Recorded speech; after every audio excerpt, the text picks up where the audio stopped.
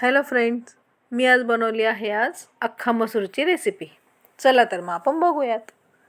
अख्खा मसूर घेतलेला आहे, त्याला छानपैकी निवडून घेतला आणि आपण तो कुकरमध्ये लावूयात आणि स्वच्छ धुवून घेतलेला आहे। चला तर मग आपण पाणी टाकून कुकरच्या 3 शिट्टी काढून घेऊयात। थोडंसं तेल टाकलं आहे शिजण्यासाठी, तर छान नरम शिजतो। मग आपण तेल जर टाकलं त्याच्यामध्ये ना, तर छान असा नरम आणि छान गळतो पण। चला तोपर्यंत आपण त्याची ग्रेव्ही करून घेऊ। 1.5 कांदा घेतलेला आहे मी, लसूण, 1 टोमॅटो, थोडंसं आलं, याची आपण ग्रेव्ही करून घेणार आहोत। छानपैकी करायची बारीक, हे बघा अशी मस्त। तोपर्यंत आपलं अख्खा मसूर पण शिजलेला आहे। चला तर मग आपण त्याची वाफ काढून घेऊयात आणि फोडणीची तयारी करूयात।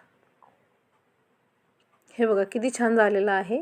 तेल टाकल्यामुळे छान नरम शिजला तो, एकदम छान। आणि याला भिजवायची गरज नसते, अख्खा मसूरला डायरेक्ट लावला तरी चालतो कुकरला। चला मग फोडणी देऊयात। 3 पळी तेल घेतलेला आहे मी, छान मोहरी टाकली त्याच्यामध्ये फोडणीला, छान तडकू द्यायची। आता जिरे टाकले आहेत। त्यानंतर आपण जे वाटण केलेलं होतं ना, त्याला फ्राय करणार आहोत।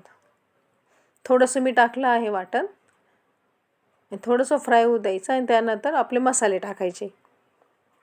हळद,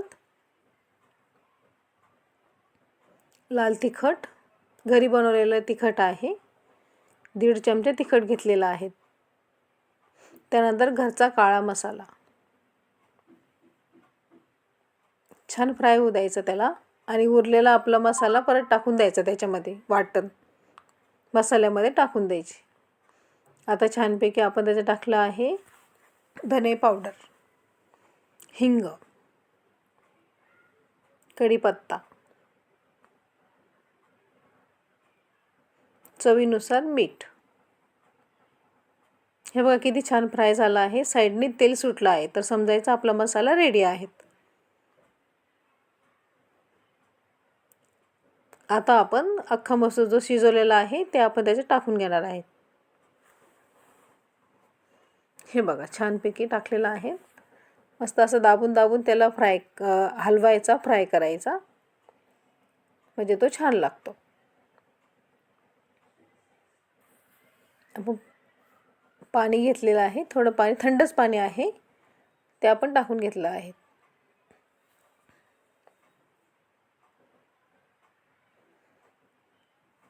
एकदम छान लागते ही भाजी आणि ही तशी साताऱ्याची रेसिपी आहे। मस्त उकळी येऊ द्यायची छान। हे बघा असं मस्त कलर पण छान येतो भाजीला आणि एकदम छान टेस्ट लागते। हे बघा तर आपली भाजी आहेत आता रेडी। चला तर सर्व करूया आता आपण। झालेलं आहे आपलं रेडी ताट। अख्खा मसूरची भाजी रेडी आहे सर्व करायला। ते आपण रोटीसोबत, नाचणीच्या भाकरीसोबत, ज्वारीच्या भाकरीसोबत, भातासोबत खाऊ शकतो आणि दही टाकून खायचं त्याला। खूप छान लागतं दही टाकून खाल्ल्यावर, भाजीची टेस्ट एकच नंबर येते। चला तर मग आपलं अख्खा मसूरचं भाजी तयार आहे। तुम्हाला आवडले असल्यास लाईक करा, शेअर करा, कमेंट करा, सबस्क्राईब करा माझ्या चॅनलला। चला तर मग भेटू नेक्स्ट व्हिडिओमध्ये, नेक्स्ट रेसिपीमध्ये।